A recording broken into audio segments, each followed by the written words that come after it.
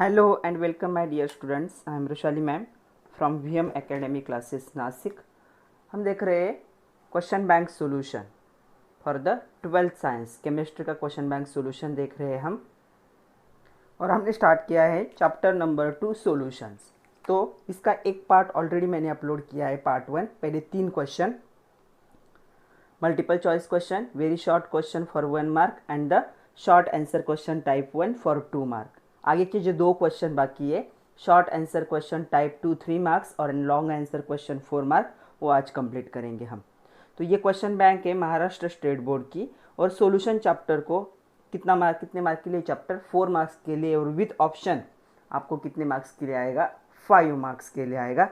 तो चलो स्टार्ट करते हैं question bank solution of chemistry for chapter 2 solution part 2 with VM academy Nashik. Okay, short answer question type 2 3 marks के question देखो. पहला क्वेश्चन है, derive the expression for molar mass of solute in terms of boiling point elevation of solvent. तो हमें क्या है, molar mass मतलब capital M के लिए क्या करना है, यहाँ पे एक्सप्रेशन डिराइव करना है बॉइलिंग पॉइंट एलिवेशन के लिए. तो चलो देखते हैं बॉइलिंग पॉइंट एलिवेशन मतलब क्या होगा डेल्टा TB के लिए. तो बॉइलिंग पॉइंट एलिवेशन का हमें पता है फॉर्मूला क्या होता है, delta TB is equal to KB into M. ये क्या होगा, कांस्टेंट है. Suppose we prepare a solution by dissolving, हम एक सॉल्यूशन प्रिपेयर कर रहे हैं जिसमें हम क्या कर रहे हैं, W2 ग्राम ऑफ सोल्यूट, हमेशा सोल्यूट W2 लेना है, इन W1 ग्राम ऑफ सॉल्वेंट. तो हम क्या कर रहे हैं, W2 अननोन है, W2 ग्राम सोल्यूट को क्या कर रहे हैं, W1 ग्राम सॉल्वेंट में क्या कर रहे हैं, डिजॉल्व कर रहे हैं. तो जो मोल होगा सोल्यूट का, तो जो सोल्यूट का मोल होगा वो क्या होगा, यहाँ पे W1 ग्राम सॉल्वेंट में कितना होगा, तो जो मोल्स होंगे सोल्यूट के वो कितने आएंगे, देखो इन W1 ग्राम ऑफ जो होगा सॉल्वेंट उसमें कितने आएंगे mole, mass given divide by molar mass. तो हमें पता है नंबर ऑफ मोल्स निकालने का फॉर्मूला क्या है, mass given upon the molar मास. हम किसके लिए नंबर ऑफ मोल्स निकाल रहे हैं, हम सोल्यूट को मैं यहाँ पे लिख देती हूँ. सोल्यूट को आपको सेकंड नंबर से दिखाना है पूरे एक्सप्रेशन में, और सॉल्वेंट को फर्स्ट 1 नंबर से दिखाना है. जहाँ जहाँ कोएफिशिएंट 1 होगा वो क्या होगा सॉल्वेंट, और जहाँ पे 2 होगा वो क्या होगा सोल्यूट होगा. तो नंबर ऑफ मोल्स हमने क्या किया, W2 ग्राम सोल्यूट को क्या किया, W1 ग्राम सॉल्वेंट में डिजोल्व किया। तो जो नंबर ऑफ मोल्स होंगे, जो सोल्यूट होगा उसके कितने आएंगे, the mass of solute divide by molar mass. तो वो सोल्यूट का मास कितना है, W2, और मोलर मास को क्या एज्यूम करते हैं, कैपिटल M2 एज्यूम करते। ओके, जो मोलर मास होगा सॉल्वेंट का वो क्या आएगा फिर, मास सॉल्वेंट का मास क्या होगा फिर, तो जो मास होगा सॉल्वेंट का क्या आएगा मास, देखो मास ऑफ सॉल्वेंट, जो सॉल्वेंट ये वन वाला मास ऑफ सॉल्वेंट क्या होगा, यहाँ पे इसे डिनोट किया जाता है W1 ग्राम से। ये क्या होगा, is equal to W1 gram upon, gram नहीं लिख रही हूँ मैं, सिर्फ W1 लिखती हूँ अभी, 1000 ग्राम पर केज। तो यहाँ पे भी ग्राम लिखो, ये ग्राम ग्राम कैंसिल हो जाएगा, तो ये क्या होगा, W1 अपॉन 1000 क्या हो जाएगा, किलोग्राम। ये किलोग्राम में चाहिए हमें। ओके, तो ये भी हमें मिला। ओके, तो अभी हमें क्या करना है, जो मोलैलिटी का जो है इक्वेशन, क्या इक्वेशन है मोलैलिटी का, याद करो, मोलैलिटी इज इक्वल टू क्या था, मोलैलिटी को हम स्मॉल n से डिनोट करते थे, क्या था वो, मोल्स ऑफ सोल्यूट। मोलैलिटी की बात हो रही है, मोलैलिटी की बात हो रही है। मोलैलिटी को स्मॉल m से डिनोट किया जाता है, क्या होगा formula, moles of solute upon mass of solvent in kilogram, इसलिए हमने इसको क्या किया, किलोग्राम में कन्वर्ट किया। तो सॉल्वेंट का मास हमें किस में चाहिए, किलोग्राम में। मोल्स ऑफ सोल्यूट ये मिला हमें, मास भी मिला।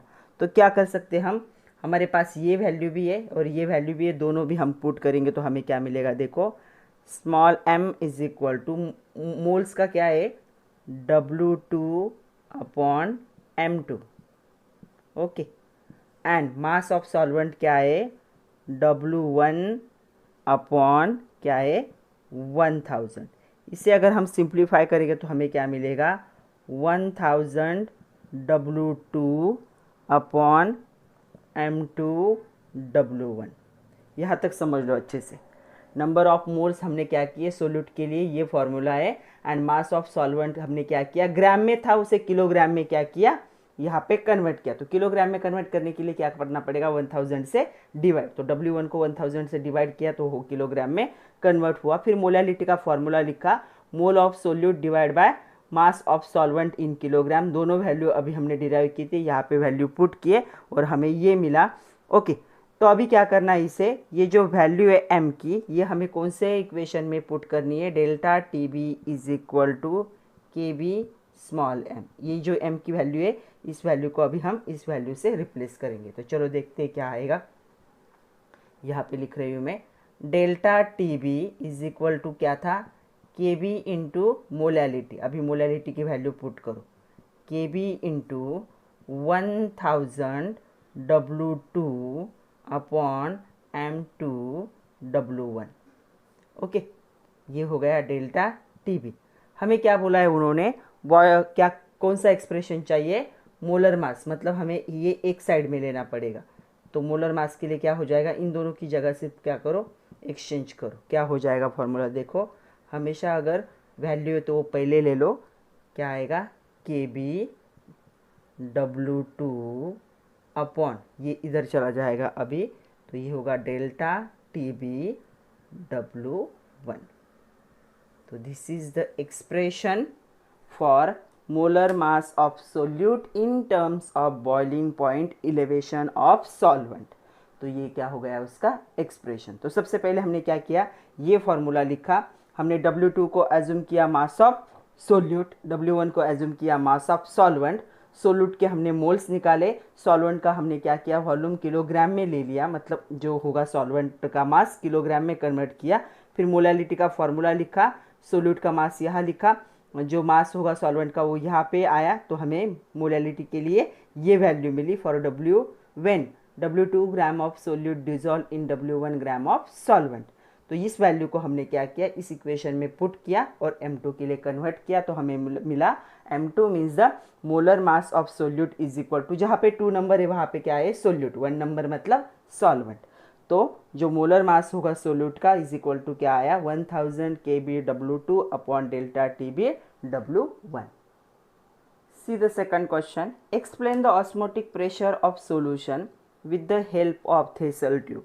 तो हमें क्या करना है, थेसल ट्यूब का यूज़ कैसे वो दिखाना है, इसके लिए डायग्राम भी ड्रॉ करनी पड़ेगी। तो चलो देखते हैं। तो देखो यहाँ पे आपको थेसल ट्यूब की ये डायग्राम क्या करनी पड़ेगी, ड्रॉ करनी पड़ेगी। तो यहाँ पे एक टैंक दिखाओ जिसमें वाटर होगा, फिर यहाँ पे नीचे आएगी सेमी परमिएबल मेम्ब्रेन, यहाँ पे होगा शुगर सॉल्यूशन, यहाँ पे होगा हाइड्रोस्टैटिक प्रेशर जो Hg में क्या होगा, मेजर होगा। तो ये ऑस्मोटिक प्रेशर को क्या है, मेजर करने के लिए ये थेसल ट्यूब को यूज़ किया जाता है। और इतने एक्सप्लेनेशन के पॉइंट आपको लिखने, आपके बुक में पूरा पैराग्राफ दिया है, वैसे मत लिखो, पॉइंट वाइज लिखो तो ईजी भी लगेगा। तो क्या होगा, semi permeable membrane is firmly fasten across the mouth of the thistle tube. तो ये नीचे जो थेसल ट्यूब है वहाँ पे क्या करनी है, आपको सेमी परमिएबल मेम्ब्रेन को लगा देना है। The solution in the interest is place inside and inverted thistle tube. तो ये जो इन्वर्टेड थेसल ट्यूब है, ये देखो ये जो इन्वर्टेड पार्ट है इस थेसल ट्यूब का, वहाँ पे आपको क्या करना है, सॉल्यूशन को रख देना है। उसके बाद this part of the tube and the membrane are then immersed in a container of pure water. ये सब करने के बाद उसे प्योर वाटर में क्या कर दो, डिप कर दो। Okay, as a result some of the solvent pass through the membrane into the solution. तो जो सॉल्वेंट होगा सॉल्यूशन क्या होगा, सॉल्यूशन में क्या हो जाएगा, पास होगा, कुछ तो सॉल्वेंट क्या होगा, सॉल्यूशन में पास हो जाएगा। It cause the liquid level in the tube rise. तो यहाँ वाटर क्या हो गया, अंदर चला गया ट्यूब के अंदर, तो यहाँ पे ट्यूब का क्या होगा, जो सॉल्यूशन का लेवल है वो इंक्रीज होगा, क्योंकि उसकी वॉल्यूम क्या हो रहा है, बढ़ रहा है। तो क्या होगा, इसका क्या कॉज होगा, देखो it cause the liquid level in tube rise. तो धीरे धीरे क्या होगा, लिक्विड लेवल क्या होने लगेगा, राइज होने लगेगा। The liquid column in the tube it creates the hydrostatic pressure. तो ये जो लिक्विड लेवल है ये क्या क्रिएट करने लगेगा, हाइड्रोस्टैटिक प्रेशर क्रिएट करने लगेगा, that push the solvent back through the membrane into the container. तो ये प्रेशर क्या करेगा, इस सॉल्वेंट में से क्या करेगा, कुछ लिक्विड को क्या करने लगेगा, यहाँ पे जो है सॉल्यूशन जो दिखाया है वहाँ पे पुश करने लगेगा, कंटेनर के अंदर पुश करने लगेगा। The column of liquid tube continue to rise and the eventually stop rising. तो एक सर्टन पीरियड तक क्या होगा, यहाँ पे ये जो लेवल है ये राइज होगा और कुछ देर के बाद राइज होना क्या होगा, कम होगा। क्यों, यहाँ पे जो प्रेशर क्रिएट कर रहा है ये क्या करेगा, यहाँ के कुछ पार्टिकल को क्या करेगा, फोर्स करेगा to pass into the water. तो इस ऐसे थेसल ट्यूब को यूज़ किया जाता है ऑस्मोटिक प्रेशर को एक्सप्लेन करने के लिए, सॉल्यूशन के ऑस्मोटिक प्रेशर को एक्सप्लेन करने के लिए। तो आपको ये डायग्राम ड्रॉ करनी है और ये इतने पॉइंट लिखने, 1 मार्क के लिए डायग्राम और 2 मार्क के लिए ये एक्सप्लेनेशन होगा। तो आगे क्या पॉइंट आएंगे देखो, तो 2 मार्क के लिए ये पॉइंट लिखने हैं, तो आधा हमने देख लिया। इस स्टेज पे जब क्या होगा, एक सर्टन लिमिट तक क्या हो रहा है, प्रेशर इंक्रीज हो रहा है, उसके बाद क्या है वो इंक्रीज होना स्टॉप हो जाएगा। जो स्टेज होगी जब हाइड्रोस्टैटिक जो प्रेशर होगा डेवलप हो रहा है, is the sufficient to force solvent molecule back through the membrane into the container at the same rate they enter the solution. मतलब जितने एंटर से क्या हो, जितने रेट से क्या हो रहा है, सॉल्यूशन से वो क्या है अंदर चले गए उस थेसल ट्यूब में, उतने फोर्स से वो क्या होंगे, अभी थेसल ट्यूब से कहाँ पे, कंटेनर में जाने लगेगा। दोनों फोर्स क्या हो जाएगा, इक्वल होगा। और जब दोनों फोर्स इक्वल होता है हम उसे क्या कहते हैं, इक्विलिब्रियम कहते हैं।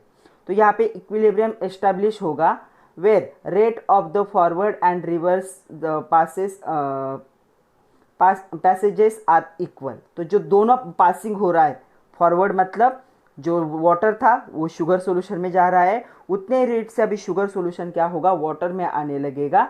यहाँ पे क्या हो गया, एक इक्विलिब्रियम फॉर्म हो गया।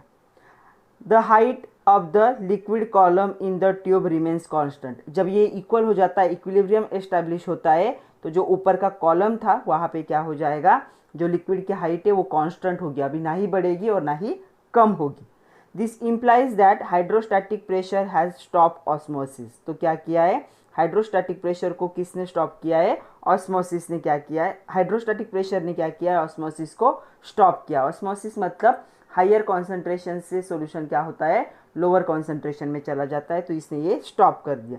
The hydrostatic pressure that stop the osmosis in the osmotic pressure, osmotic pressure को हम पाई से दिखाते हैं, ऑफ द सॉल्यूशन। तो उसने क्या किया, ऑस्मोसिस को स्टॉप किया, कैसे, ऑस्मोटिक प्रेशर को क्रिएट करके। तो hydrostatic pressure is equal to the HPG where H is the, तो हाइड्रोस्टैटिक प्रेशर को HPG से डिनोट किया जाता है, जहाँ पे H क्या होता है, height of liquid in the tube, P नहीं, एक्चुअली ये डेंसिटी है, rho is the density of the solution and G is the acceleration due to the gravity. तो इन तीनों की मल्टीप्लिकेशन करेंगे तो हमें हाइड्रोस्टैटिक प्रेशर क्या होगा, मिल जाएगा। मतलब क्या हुआ, एक कॉन्सेंट्रेटेड सॉल्यूशन थेसल ट्यूब में रखा और थेसल ट्यूब को सेमी परमिएबल मेम्ब्रेन से क्या किया, नीचे से कवर किया और उसे क्या कर दिया, प्योर वाटर में रख दिया। इनिशियली क्या हुआ, प्योर वाटर क्या हुआ, उस सॉल्यूशन के अंदर जाने लगा, मतलब थेसल ट्यूब के अंदर जाने लगा, उसके वजह से जो हाइड्रोस्टैटिक प्रेशर ट्यूब था उसका वॉल्यूम मतलब उस ट्यूब में राइज होने लगा। लेकिन एक ऐसी कंडीशन आई, राइज होना क्या हो गया, स्टॉप हो गया। क्यों, वहाँ पे क्या जनरेट हुआ, इक्विलिब्रियम। मतलब जितने फोर्स से कंटेनर से सॉल्यूशन थेसल ट्यूब में जा रहा था, उतने ही फोर्स से थेसल ट्यूब से सॉल्यूशन कंटेनर में आने लगेगा। फॉरवर्ड और रिवर्स रिएक्शन का रेट क्या होगा, सेम होगा। और ऐसे कंडीशन में क्या होता है, ये जो कॉलम में जो लिक्विड होता है वो रिमेन्स कांस्टेंट होता है, उस टाइम पे क्या होगा, ऑस्मोटिक प्रेशर जनरेट होगा। तो आपको इतने सारे पॉइंट लिखने हैं 2 मार्क्स के लिए। नेक्स्ट क्वेश्चन देखो, third question, explain the phenomenon of osmosis. तो ऑस्मोसिस की फिनोमिनन एक्सप्लेन करने के लिए आपको डायग्राम ड्रॉ करनी है और एक्सप्लेनेशन लिखना है। तो देखो ये ऑस्मोसिस की क्या है, डायग्राम है, तो चलो देखते हैं। तो चलो, आई होप आप लोगों को दिख रहा है डायग्राम अच्छे से। तो क्या है, देखो यहाँ पे सेमी परमिएबल मेम्ब्रेन यहाँ पे लगा दी, ये कंप्लीट है यहाँ पे, ओके, दोनों में। यहाँ पे सॉल्वेंट है, यहाँ पे सॉल्यूशन है, यहाँ पे solution of low concentration, solution of high concentration. तो चलो ऑस्मोसिस को एक बार देखते हैं क्या क्या पॉइंट आएंगे। देखो, when a solution of pure solvent or two solutions of different concentration are separated by the semi permeable membrane।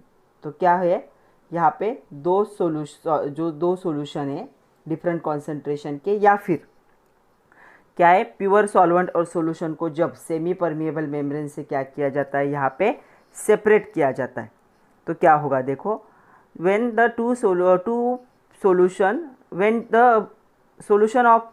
and pure solvent, यहाँ पे देखो सॉल्यूशन और प्योर सॉल्वेंट है, या फिर दो अलग अलग कॉन्सेंट्रेशन को सॉल्यूशन को जब सेमी परमिएबल मेम्ब्रेन से सेपरेट किया जाएगा तो क्या होता है, the solvent molecule pass through the membrane. तो जो सॉल्वेंट के मोलिक्यूल होते हैं वो क्या होते हैं, मेम्ब्रेन थ्रू पास हो जाते। ओके, तो सॉल्वेंट के मोलिक्यूल मेम्ब्रेन से क्या होंगे, पास होके दूसरे साइड में चले जाते। The passage of the solvent molecule through the semi permeable membrane take place in both direction. तो ये जो डायरेक्शन होता है ना, ये दोनों साइड में होता है। मतलब यहाँ से पार्टिकल यहाँ पे जा सकते, वापस यहाँ से यहाँ पे आ सकते। सेम वे यहाँ से पार्टिकल यहाँ पे जा सकते, यहाँ से यहाँ पे आ सकते। अगर सॉल्वेंट एंड सॉल्यूशन है तब भी ऐसे होगा, या फिर दो सॉल्यूशन अपने अलग अलग कॉन्सेंट्रेशन के लिए तो भी ऐसे होगा कि ये जो सेमी परमिएबल मेम्ब्रेन है, तो यहाँ से पार्टिकल इस साइड में, इस साइड से, दो वे होगा, दोनों वे से क्या होगा, यहाँ पे दोनों डायरेक्शन में पैसेज क्या होगा, पॉसिबल है। Since solvent is not is on both side of the membrane. क्यों, क्योंकि सॉल्वेंट दोनों साइड में, पहले यहाँ था फिर इस साइड चला गया, फिर इस साइड से यहाँ पे भी आ रहा है। यहाँ पे दोनों सॉल्यूशन में कुछ तो कॉन्सेंट्रेशन है, मतलब दोनों में क्या होगा, सॉल्वेंट प्रेजेंट होगा। तो यहाँ से भी क्या होगा, ये टू वे ऐसे क्या होगा, डायरेक्शन होगा। The rate of the passage of solvent molecule into the solution, क्या होगा, ये जो रेट होगा, तो क्या होगा, more diluted solution to more concentrated solution found to be greater than the rate in the reverse direction. तो ये जो फ्लो का डायरेक्शन है, पैसेज का डायरेक्शन है, ये क्या होगा, more diluted solution to more concentrated. तो जो फ्लो होता है क्या होगा, डाइल्यूटेड सॉल्यूशन से कॉन्सेंट्रेटेड सॉल्यूशन की तरफ होता है जनरली, मतलब ये क्या होगा, हायर रेट होगा। डाइल्यूट से देखो यहाँ पे लो को क्या है, यहाँ पे कॉन्सेंट्रेशन, यहाँ पे हाई कॉन्सेंट्रेशन है, तो जनरली फ्लो ऐसे क्या होगा, हायर होगा। यहाँ पे जब पार्टिकल ज़्यादा हो जाएंगे वापस रिवर्स भी होंगे, लेकिन जनरली ऑस्मोसिस में क्या होता है, डाइल्यूटेड सॉल्यूशन के पार्टिकल कॉन्सेंट्रेटेड सॉल्यूशन की तरफ क्या करते, मूव करते। ओके, दिस इज फेवरेबल, ये क्या एक फेवरेबल कंडीशन है, since vapour pressure of solvent is greater than that of solution. क्यों हो रहा है ऐसा, क्योंकि जो सॉल्वेंट का वेपर प्रेशर है वो सॉल्यूशन से क्या है, ज़्यादा है। यहाँ पे जो नेट स्पॉन्टेनियस फ्लो होता है सॉल्वेंट मोलिक्यूल का इनटू द सॉल्यूशन और from more diluted solution to more concentrated solution through the semi permeable membrane is called the osmosis. तो आपको सिर्फ यही याद रखना है कि डाइल्यूटेड सॉल्यूशन या लेस कॉन्सेंट्रेटेड सॉल्यूशन से मोर कॉन्सेंट्रेटेड सॉल्यूशन की तरफ जो क्या होगा, मूवमेंट होगा सॉल्यूशन का, उसी को थ्रू सेमी परमिएबल मेम्ब्रेन, बहुत इंपॉर्टेंट है, सेमी परमिएबल मेम्ब्रेन, इसी को क्या कहा जाता है, ऑस्मोसिस। तो आप ये डायग्राम ड्रॉ करोगे और ये 2-3 पॉइंट जो है वो पॉइंट आप लिखोगे। तो क्या है in short osmosis, the net spontaneous flow of solvent molecule into the solution और from more diluted solution to more concentrated solution through a semi permeable membrane is the osmosis. तो यहाँ पे क्या हो रहा है, ऑस्मोसिस हो रहा है।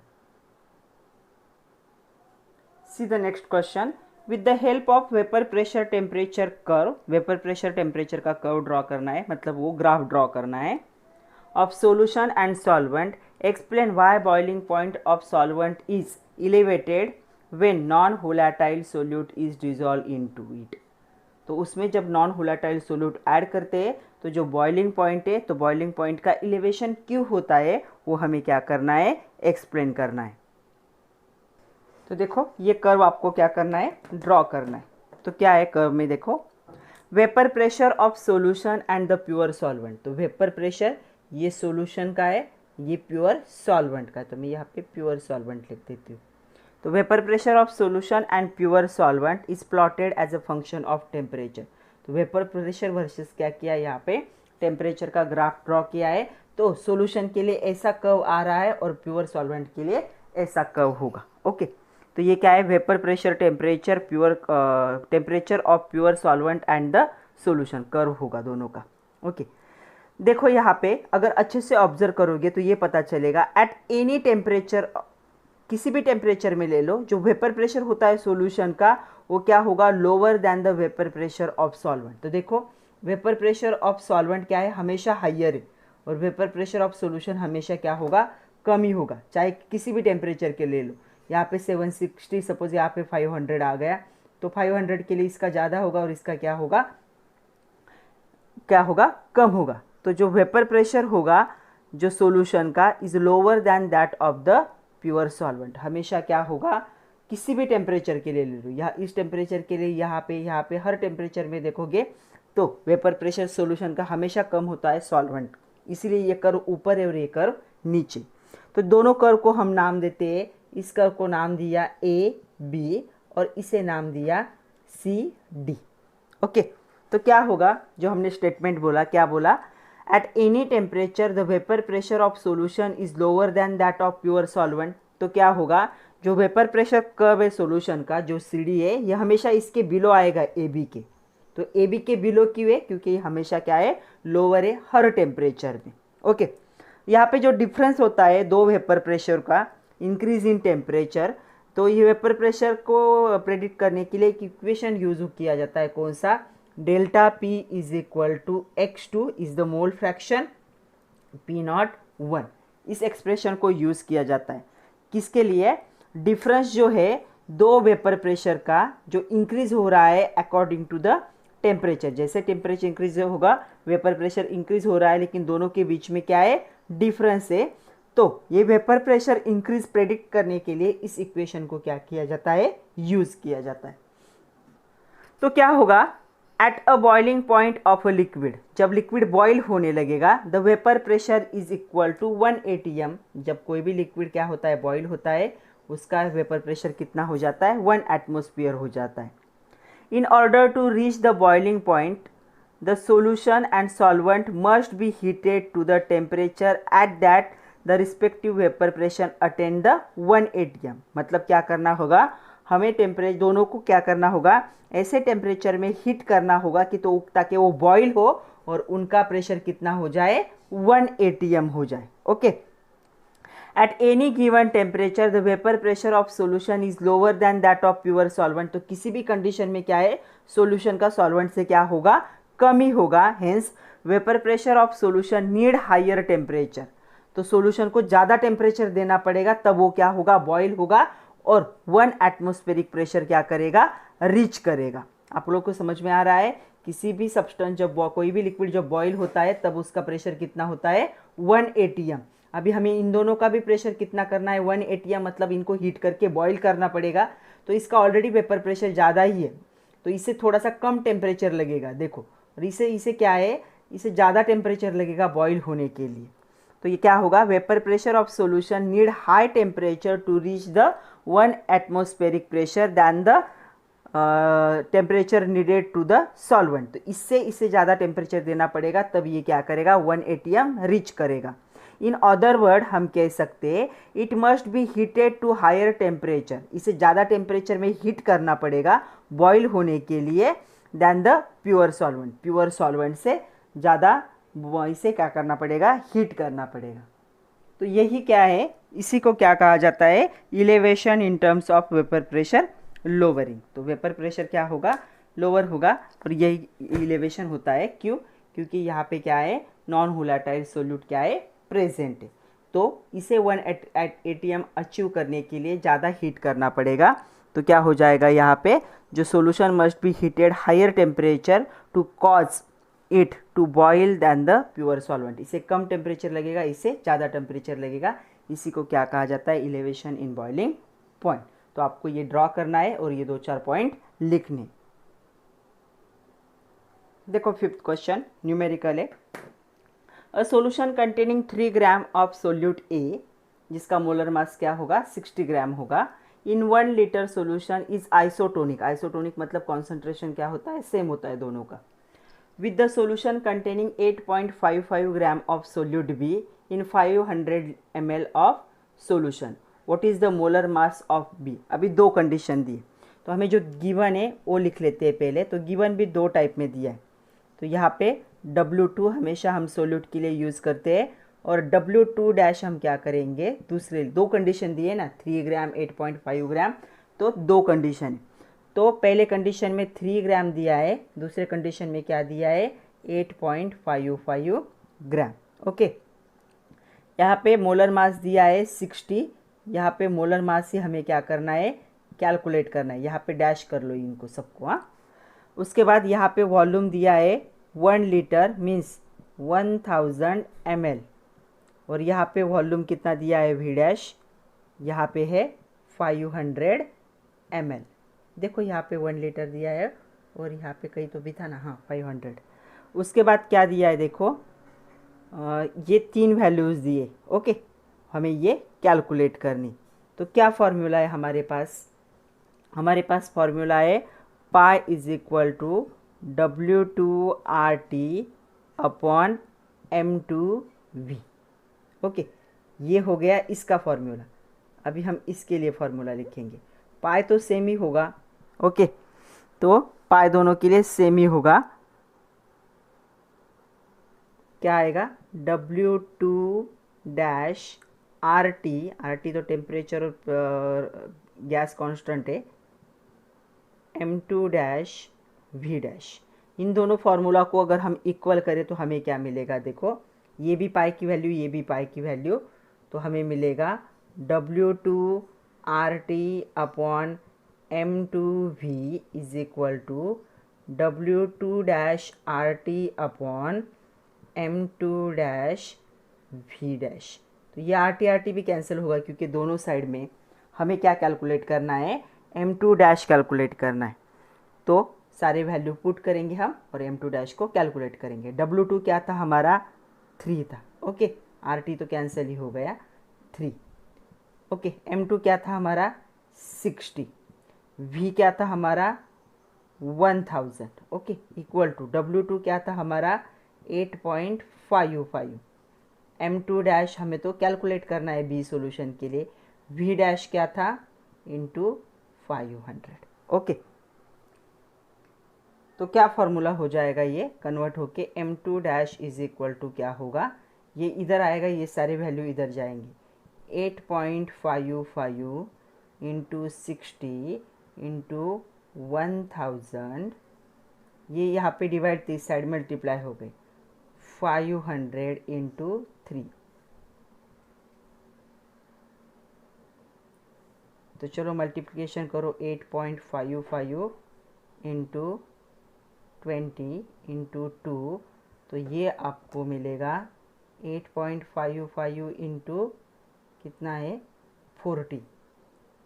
तो देखो कैलकुलेट करो, और यहाँ पे लिख रही हूँ मैं, आपको ये मिलेगा। तो इसे अगर सिंप्लीफाई करोगे तो कितना आएगा, ये 342 ग्राम पर मोल। तो जो m2 डैश है मतलब जो मोलर मास होगा सेकंड का, वो कितना आएगा यहाँ पे 342 ग्राम पर मोल। तो ये आएगा 342 ग्राम पर मोल। इनका मल्टीप्लिकेशन करोगे तो भी आपको ये आंसर मिल जाएगा। तो क्या आंसर इसका 342, जो मोलर मास होगा बी का कितना होगा 342 ग्राम पर मोल, इतना होगा। नेक्स्ट देखो, न्यूमेरिकल ही है,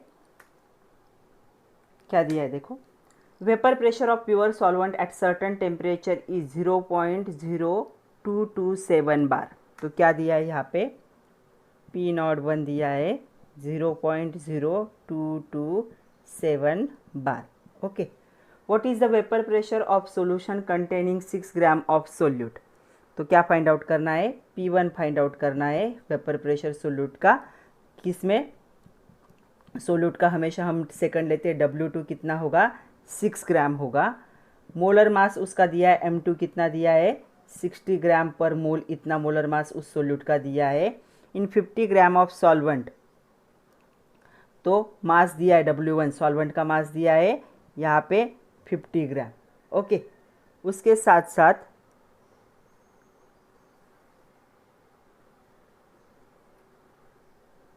तो इस जो ये क्वेश्चन देते वक्त एक मिसिंग है एक टर्म, उन्होंने क्या किया है यहाँ पे अननोन सॉल्वेंट तो दिया, लेकिन सॉल्वेंट का मोलर मास देना वो भूल गए। यहाँ पे ब्रैकेट में उन्होंने गिवन देना चाहिए था। तो जो उन्होंने आंसर दिया है उसके अकॉर्डिंग क्या होना चाहिए, जो मास होगा सॉल्वेंट का जो मिसिंग है क्वेश्चन में, वो होना चाहिए 15.5 ग्राम। तो आप नोट डाउन कर लो कि ये जो क्वेश्चन है इनकम्प्लीट क्वेश्चन है, इसमें एक टर्म देना वो भूल गए, क्या, मोलर मास ऑफ सॉल्वेंट। तो सॉल्वेंट का मोलर मास मैंने यहाँ पे लिख दिया है, इतना आपको लेना है। तो हमारे पास फॉर्मूला है, ये फॉर्मूला, तो इस फॉर्मूला में हमारे पास सारे वैल्यूज है। चलो सारे वैल्यूज हम पुट करते हैं। तो देखो वैल्यूज पुट करते हैं। P01 कितना है 0.0227, P1 तो हमें कैलकुलेट करना है 0.0227 इज इक्वल टू W2 कितना दिया है 6, M1 जो मिसिंग टर्म थी हमने ले ली है 15.5, M2 कितना दिया है 60, W1 कितना दिया है 50, ओके। तो जो देखो क्या होगा 0.0227 minus P1 is equal to, ये सारे वैल्यू को जब हम कैलकुलेट करेंगे तो ये हमें क्या मिलेगा, तो ये यहाँ पे डिवाइड, यहाँ पे जा पे के मल्टीप्लाई, मतलब 6 into 15.5 into 0.0227 divide by 60 into 50, ये सबका जब करोगे कैलकुलेशन तो कितना आएगा 0.0007। तो ये P1 इस साइड चला जाएगा, तो सो P1 इज इक्वल टू क्या होगा 0.0227 माइनस 0.0007। तो ये आपका आंसर आएगा, ये होगा 0.022 बार। तो जो प्रेशर यहाँ पे उन्होंने पूछा था P1 वो कितना होगा 0.022 बार। नोट डाउन करना है, इस न्यूमेरिकल में ये वैल्यू मिसिंग थी, उन्होंने ब्रैकेट में ये वैल्यू देनी चाहिए थी सॉल्वेंट का मोलर मास। सॉल्वेंट का नाम भी नहीं दिया है, अगर हम मोलर मास कैलकुलेट भी कर लेते, लेकिन उन्होंने अननोन सॉल्वेंट कहा है, तो मिसिंग एक टर्म है, वो टर्म यूज़ की, तो हमें आंसर मिला the vapour pressure of solution is containing 6 gram of solute is 0.022 bar.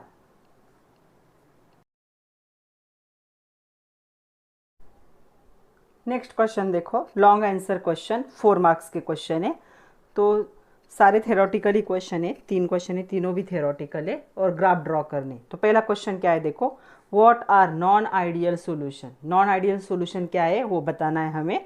Explain with reason and diagram, reason भी बताना है, डायग्राम भी ड्रॉ करनी है।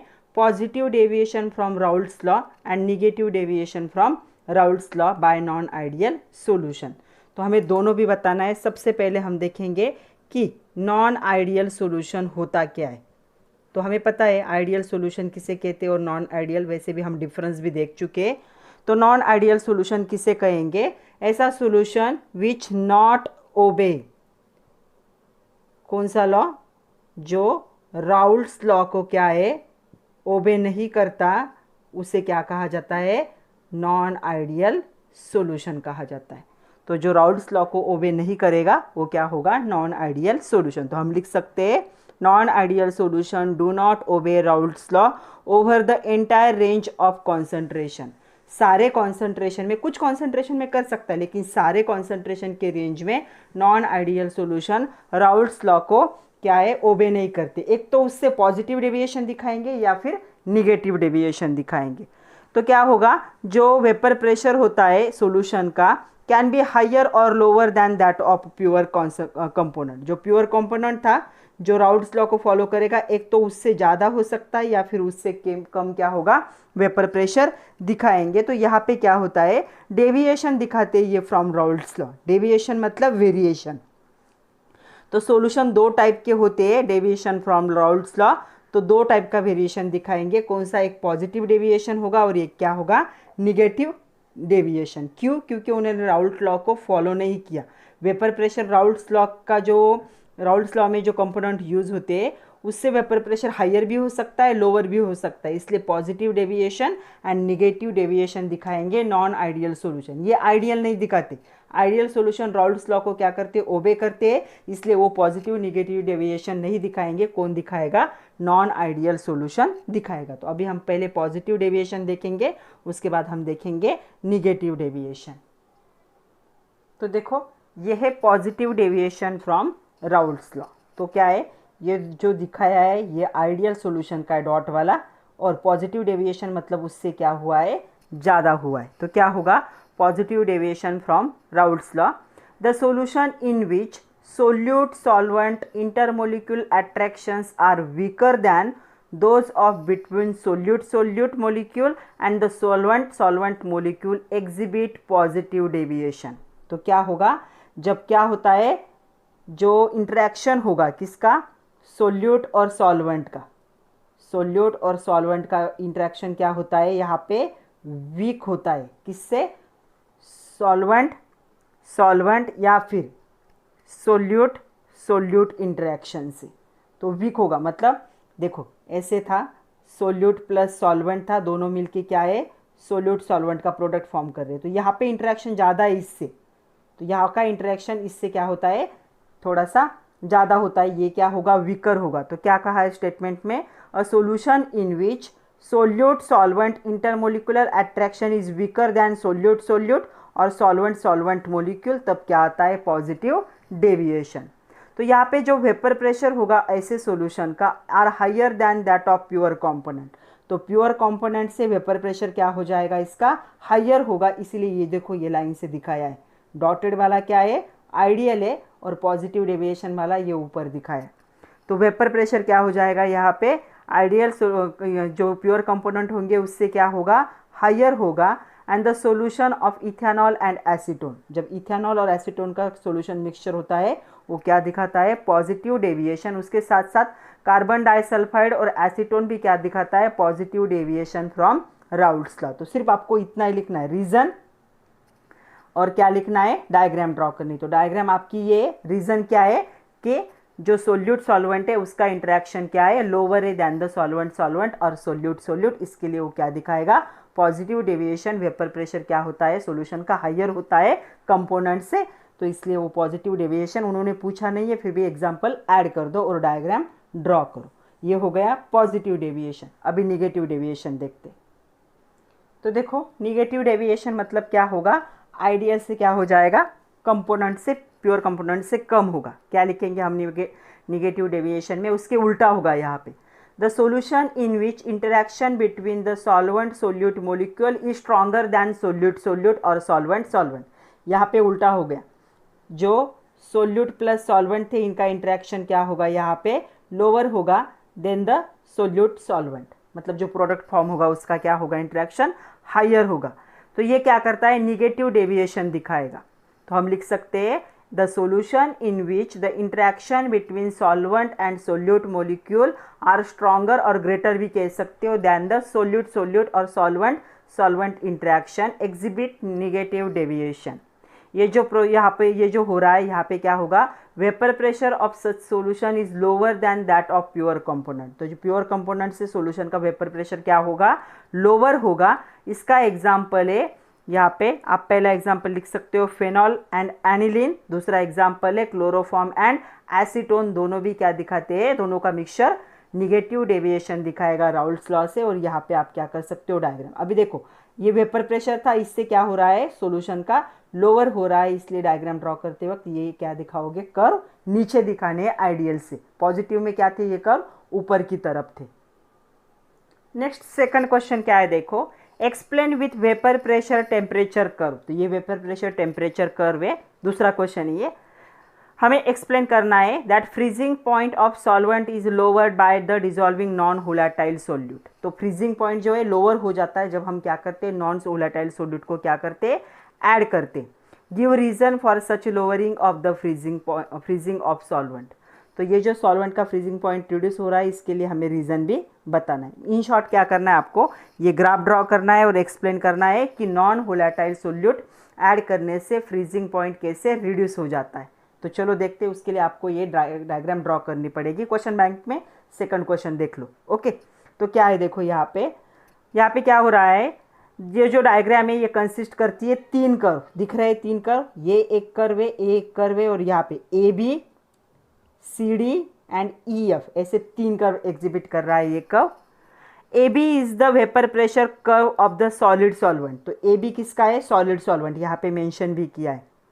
While C D is the vapour pressure curve for the pure liquid solvent. ये क्या है, C D pure liquid का है। ओके, लिक्विड सॉल्वेंट, या इसे हम प्योर लिक्विड भी कह सकते।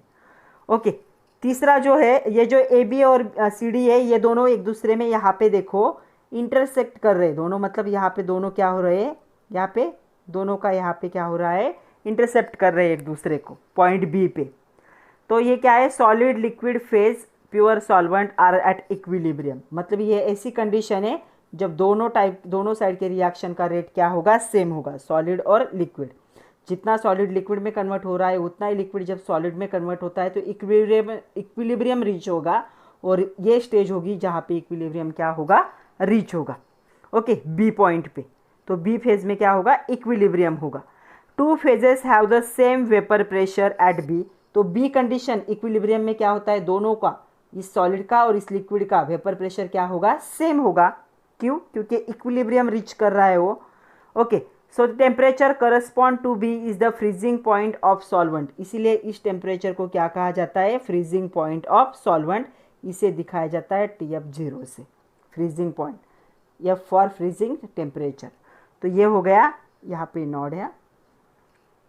तो similarly E is the point, यहाँ पे देखो E पे भी इंटरसेप्ट हो रहा है यहाँ पे। तो E पे क्या हो रहा है, इंटरसेप्ट कर रहा है कौन सा curve, EF curve and AB curve. यहाँ पे भी क्या होगा, सॉलिड सॉल्वेंट का क्या होगा एंड सॉल्यूशन का क्या होगा, इक्विलिब्रियम होगा। मतलब जो सॉलिड सॉल्वेंट है और जो सॉल्यूशन है वो दोनों इस पॉइंट पे क्या करेंगे, इक्विलिब्रियम रीच करेंगे। मतलब जितना सॉलिड सॉल्यूशन में कन्वर्ट हो रहा है उतना ही सॉल्यूशन क्या होगा, सॉलिड में कन्वर्ट होगा, तो इस कंडीशन में इक्विलिब्रियम रीच होगा। तो ये यहाँ पे क्या होगा, they have the same vapour pressure at E. तो सॉलिड सॉल्वेंट का और जो सॉल्यूशन होगा दोनों का वेपर प्रेशर इस ई पॉइंट पे क्या होगा, सेम होगा। इक्विलिब्रियम में दोनों का वेपर प्रेशर क्या होता है, सेम होता है, क्योंकि दोनों साइड के रिएक्शन का रेट क्या होता है, सेम होता है। तो यहाँ पे क्या होगा, दोनों का वेपर प्रेशर सेम होगा। The temperature corresponding to E is the freezing point. तो यहाँ पे जो टेम्परेचर दिखा है वो क्या है, फ्रीजिंग पॉइंट। इसे TF से दिखाते, TF means the freezing point. Okay, उसके बाद क्या होगा, देखो जो फ्रीजिंग पॉइंट होगा सॉल्यूशन का TF, it is lower than the pure solvent. तो देखो यहाँ से टेम्परेचर इंक्रीज हो रहा है, ये कम है और ये ज़्यादा है।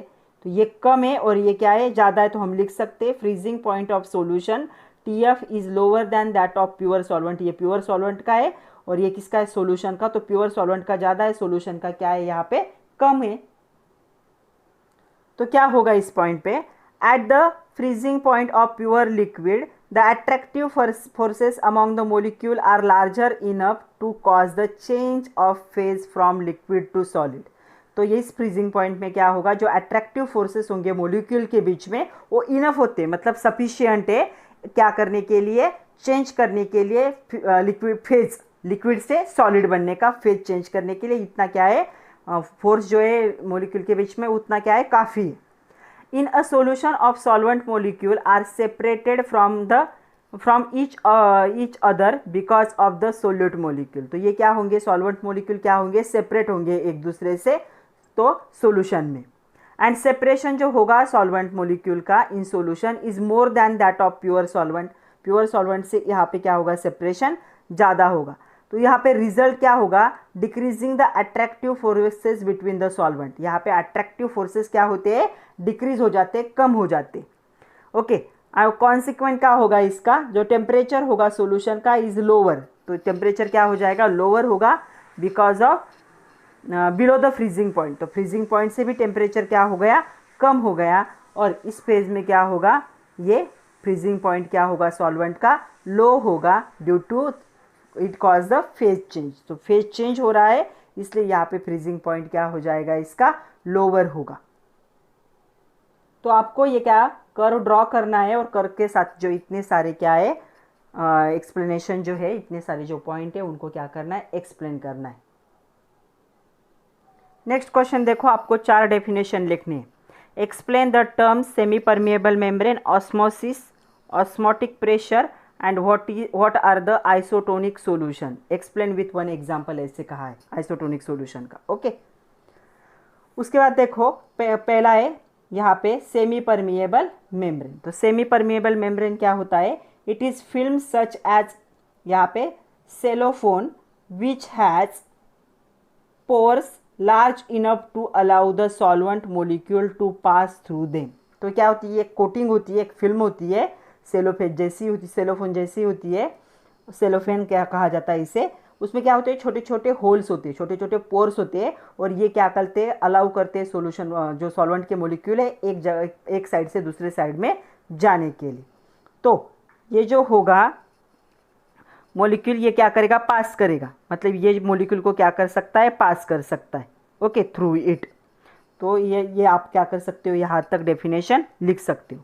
These pores are small enough not to allow the passage of the large solid molecule. छोटे होते हैं ये होल, लार्ज पार्टिकल को पास नहीं करते।